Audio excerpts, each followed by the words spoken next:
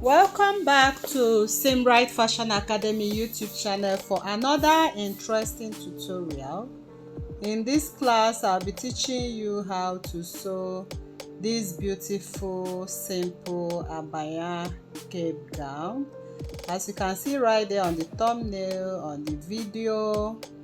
So this abaya is really simple and beautiful. Okay, so I'll be teaching you the tips and tricks to achieving this perfectly with your stunning design as well. So if this is what you want to learn, I'll encourage you to stay till the end of this tutorial to learn. So to start off this tutorial, you need a stretchy fabric. So here you can see I'm using a stretchy fabric. You actually need a stretchy fabric, but when we talk about stretchy fabric, it shouldn't be that very light stretchy fabric. Okay, so what I have here is a little bit thick, as you can see right here, and it stretches as well. So here I'm making use of 3.5 yards. If you want to achieve this abaya full length, you need 3.5 yards. So this 3.5 yards you are seeing right here, this is it. I've already placed it on fold. Can you see? I placed it on fold like this to the length. So when I place the 3.5 yards on fold, I'll be having not less than less than 2 yards on one side on fold. So this is the folded part. So the folded part, I'm going to also place it on another fold. Why? Because we want to create the neckline. Okay, so I'm going to arrange it now, and we are going to create the neckline first. Then after creating the neckline, I will show you how to go about the rest of the sewing. Making sure that the full length I have is correct, and the back neckline and the front neckline has been cut as well. So I'm making use of 3 inches by 3 inches for front and 3 inches by 2 inches for. So to make this class very much understandable, okay, in case you did not understand what I did, I'm using 3.5 yards. So this 3.5 yards is when you go to the market, you measure from here to here and you have 3.5 yards. Normally, the length of our stretchy fabric comes at 60 inches. So this 3.5 yards, what I just did now was to fold it this way. So it's going to serve as the length, as you can see. So I folded it this way. That is the first thing I did. So when you fold it this way, we are going to fold it again this way. Can you see? So this is the center front area, which I marked my neckline now. I just did it now. My neckline are 3 inches, 3 by 3 for front and 2 by 2 for the back. So now I simply went ahead and cut out the back. If you remember, I cut out the back, and when I open it up, I made notches on the shoulder, and I have to hold it on this part. Okay, this is actually a very simple dress and easy to make. So you see the front, I cut it out. So that is exactly what I did now. And here, this line is the center front. This line is the center back. So if you are making your normal dress, okay, normal BUBU dress, this is it. If it's a flower, a butterfly, you just leave your armhole and stitch.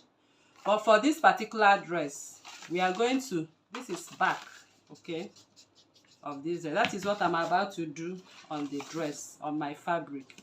But I just want to illustrate it on paper so it will be easy. And this is the front, the whole front of this dress. So what are we going to do? We are working on this front.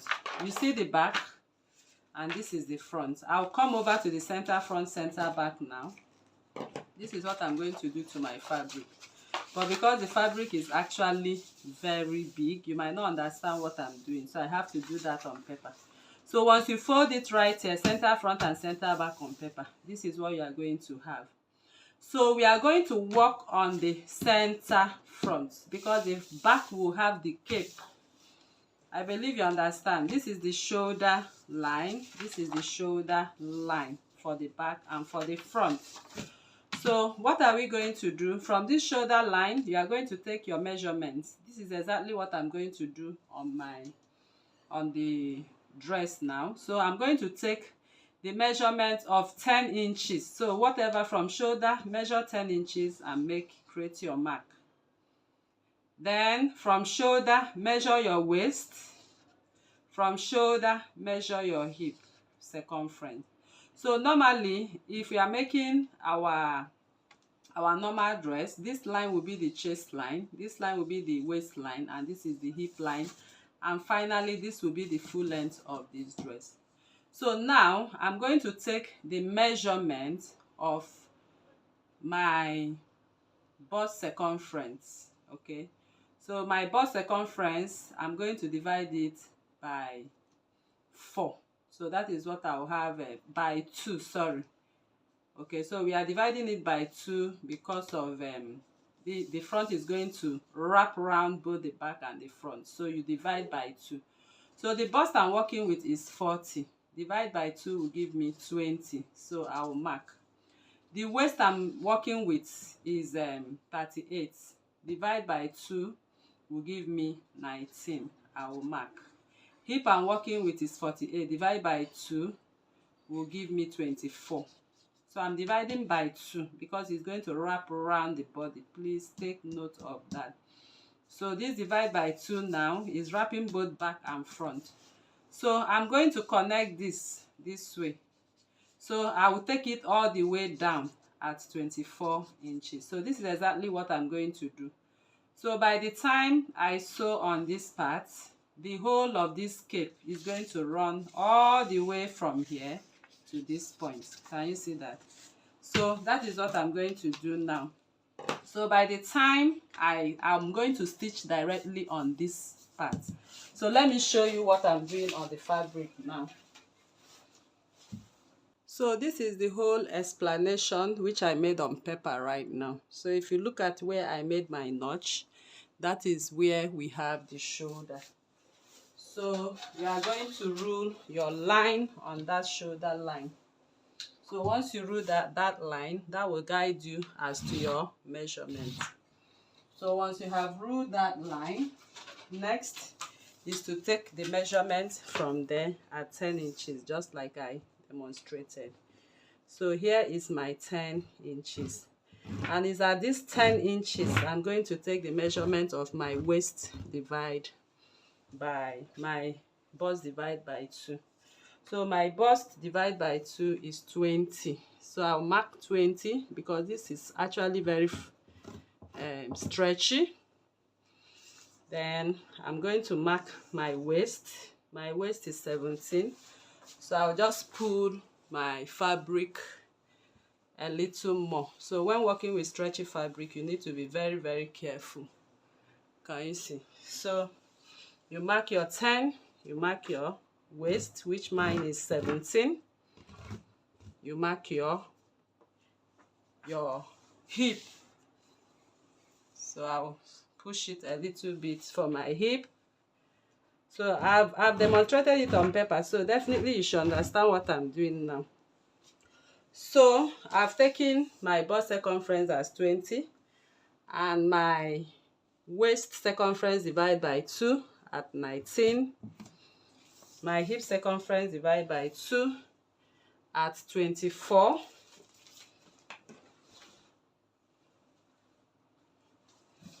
So I'm taking my hip measurement divided by 2 at 24. So I will mark. So I'm going to connect what I have on this part from that 10 inches to 17 to my hip. So I'll come in with my pattern ruler. I'll go ahead and do this. That is my bust divided by 2 because it's going to wrap around the dress. I'll place this to the hip this way.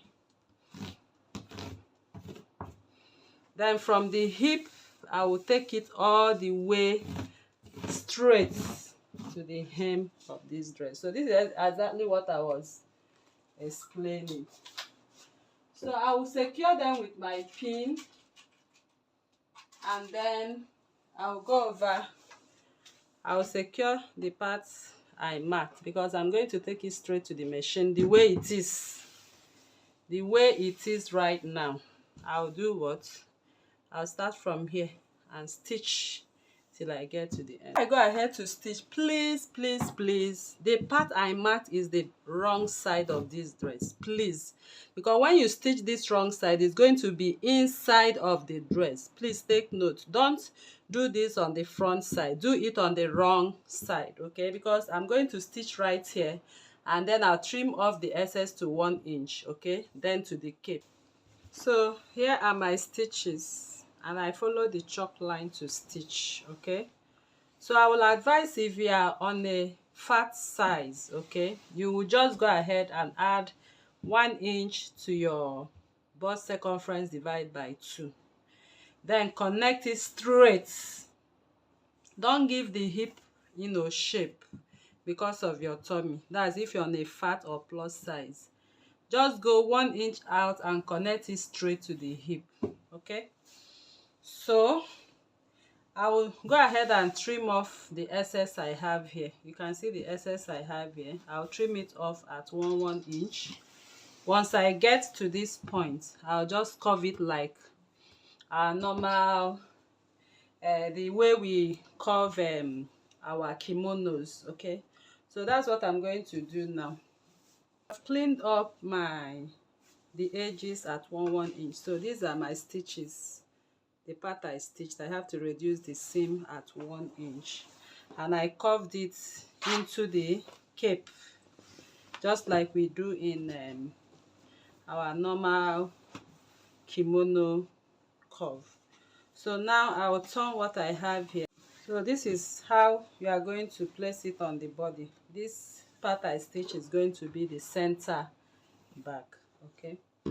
So while we have the back, the center front, it will be the center back anyway, while we have the back flying like this, okay?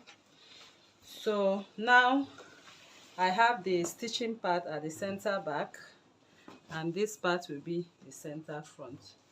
So you can see our neckline. This is the neckline which we marked for the front. So I'll go ahead and place my pattern stones. So these pattern stones are already made. You can get it from the shop, from the store, from any sewing material shop. So I'll go over to my ironing table now. So make sure you tape the neckline with your bias. Before you do this, you tape your neckline with your bias. So I just place it the way I want. So I don't have enough of this, so I'm going to cut out and place only 2 of this to the end of this dress. Then after that, I'll also place on the sleeve. Okay, I'm also going to place at the edges, as you see it right there on the video. So this is the center front, so you have to mark out the center front. I've already separated what I have on my stone, already made pepper stone too, because I don't have much of this stone. So if you want, like it is right there on the thumbnail, just go ahead and get more stones for yourself. So I'll just place it this way, as you can see. So this stone is very easy to place because it's already made. You don't need a stone board for it. So you just go ahead and lay your weight fabric. If you don't have a steam iron, you do what I do. But if you have a steam iron, just place a fabric on top of it, and